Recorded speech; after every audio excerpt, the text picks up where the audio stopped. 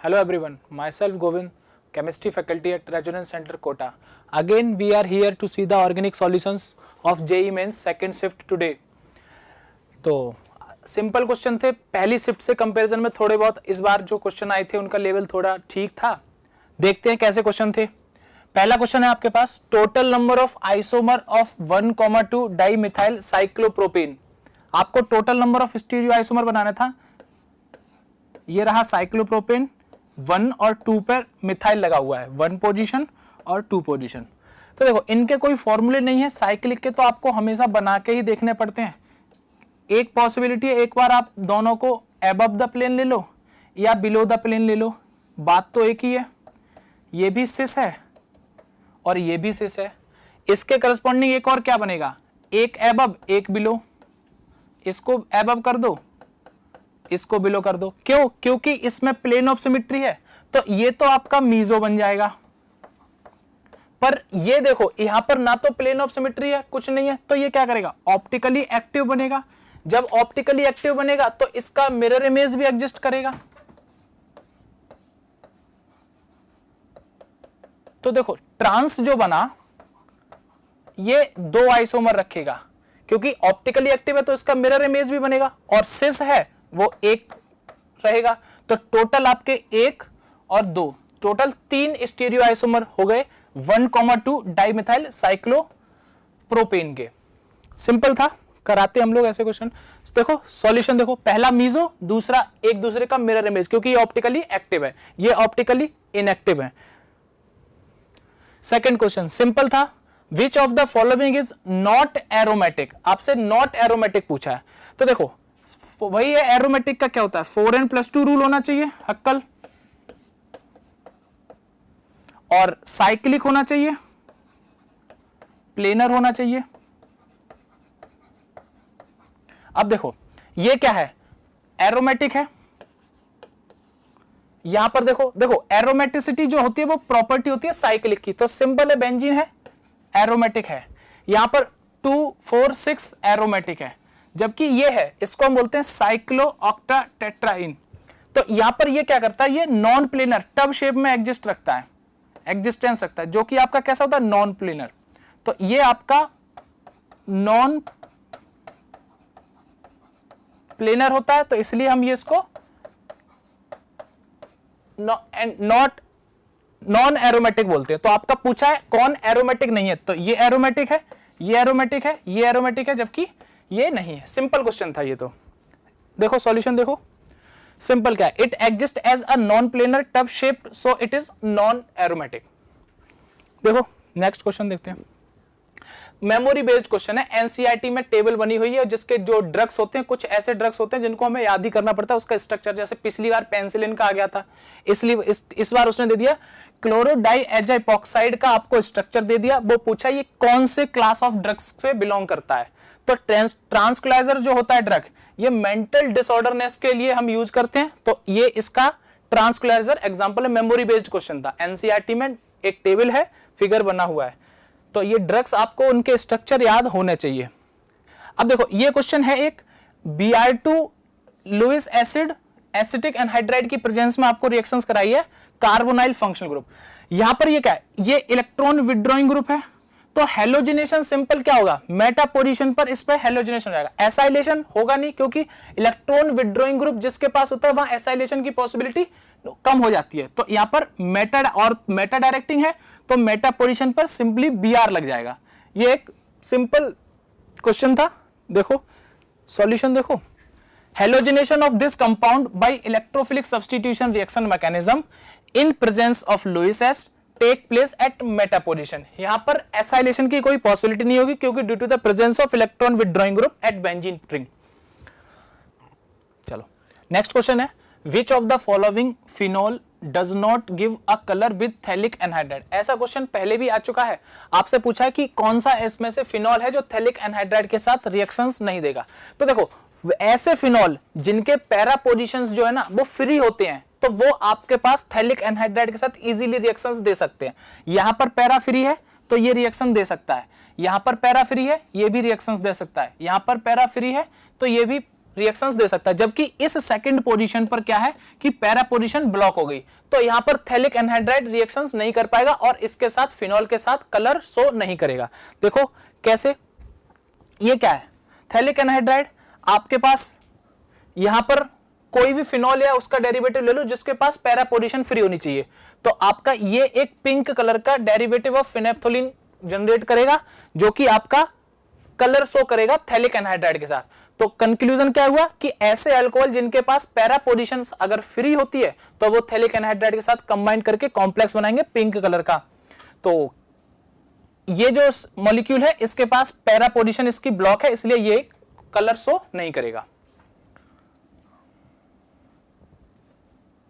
चलो नेक्स्ट देखो, स्टेटमेंट है which statement is incorrect regarding the photochemical smog.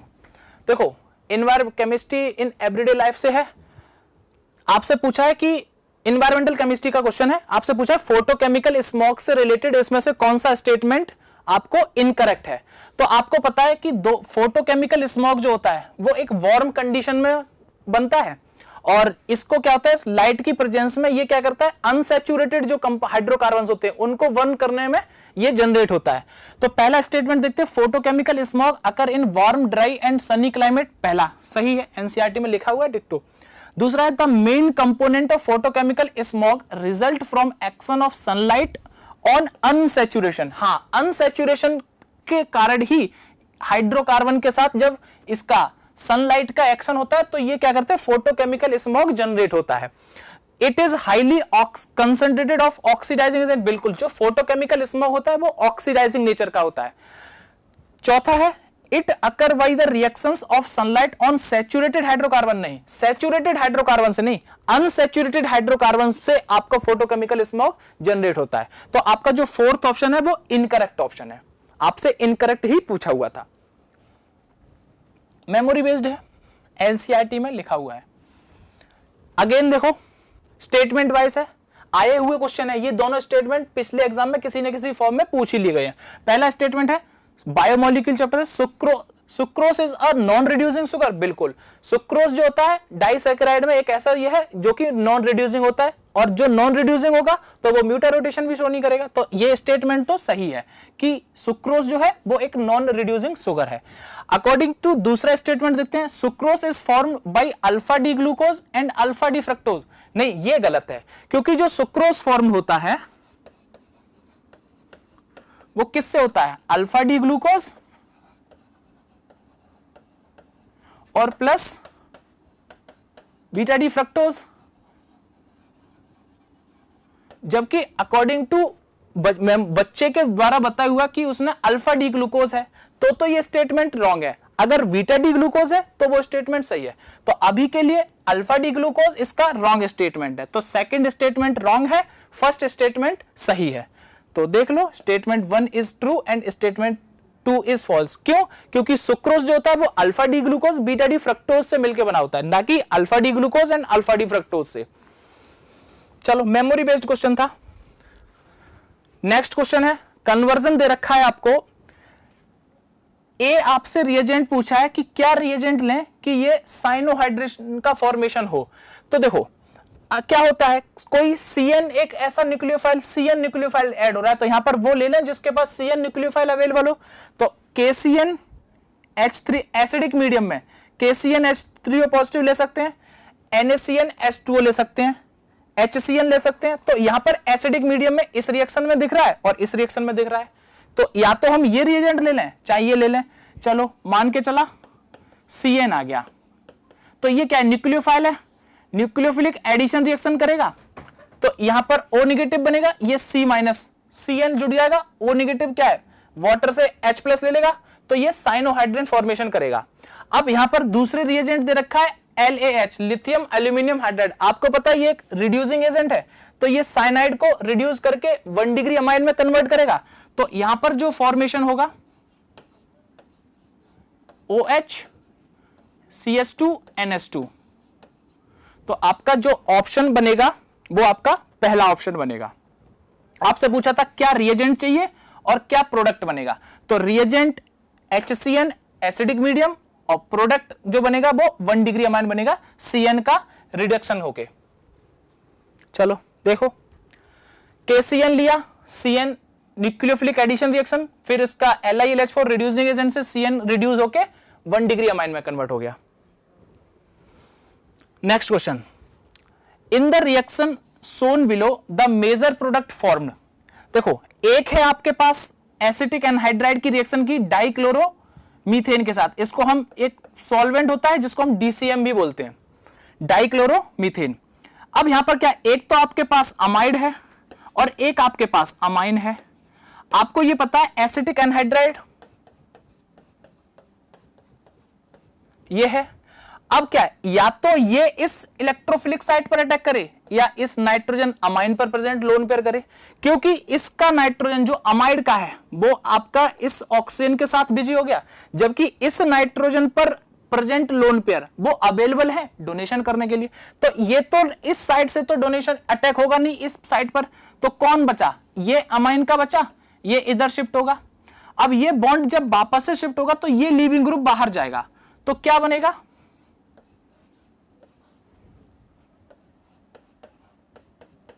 Amide तो यही रहेगा,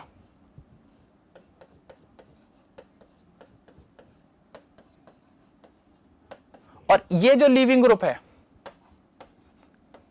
वो बाहर जाएगा। तो आपके पास जो प्रोडक्ट बनेगा वो कुछ इस अमाइन के थ्रू इधर अटैक करके बनेगा। तो आपका ऑप्शन ए ही है। अब देखो, उसने रिएक्शन में एक एक्सेस में नहीं दिया था, अगर एक्सेस में दिया होता तो ये भी पॉसिबिलिटी होती, इस नाइट्रोजन का कुछ ना कुछ तो डेंसिटी होती, वो अटैक कर सकता था इस कार्बोनल पर। क्योंकि उसने एक्सेस में नहीं दिया था तो इसलिए उधर से अटैक होगा जिधर से इलेक्ट्रॉन डेंसिटी इस नाइट्रोजन की ज्यादा प्रेजेंट होगी इस इलेक्ट्रोफिलिक कार्बन पर अटैक करने के लिए। तो सिंपल सी है, amine are always more basic than amide. तो आंसर इसका फर्स्ट है। तो सिंपल है, since CS2NH2 is more basic so the resulting amide will fails to react further. तो ये अमाइड जो है इसलिए वो अमाइड रिएक्शन नहीं कर पाएगा, अमाइन मोर बेसिक है इसलिए ये रिएक्शन कर जाएगा। अगर एक्सेस अमाउंट में लेते तो वो यहां से भी अटैक करता और यहां से भी करता, तो दोनों प्रोडक्ट बनने की पॉसिबिलिटी थी। क्योंकि रिएक्शन में एक्सेस नहीं दिया था तो हम मेजर वाला इस अमाइन के थ्रू जो प्रोडक्ट बनेगा वो बनाएंगे। तो इस तरीके से सेकंड शिफ्ट के जो क्वेश्चंस थे वो हम लोगों ने देखे। आई होप आपके सही एग्जाम हुआ होगा। नेक्स्ट के लिए आप क्या करो कि पुराने जो क्वेश्चंस आए हुए हैं उनकी प्रैक्टिस करो। जनरली क्वेश्चंस क्या है, रिपीट हो रहे हैं, कोई ना कोई ऑप्शंस किसी से उठा के कोई ना क्वेश्चन के फॉर्म में वो जनरेट कर देता है। तो बेटर है कि आप एक बार पेपर को पुराने जो है एनालाइज करो और उनको देख के जाओ एक बार आगे आने वाली शिफ्ट में। Thank you.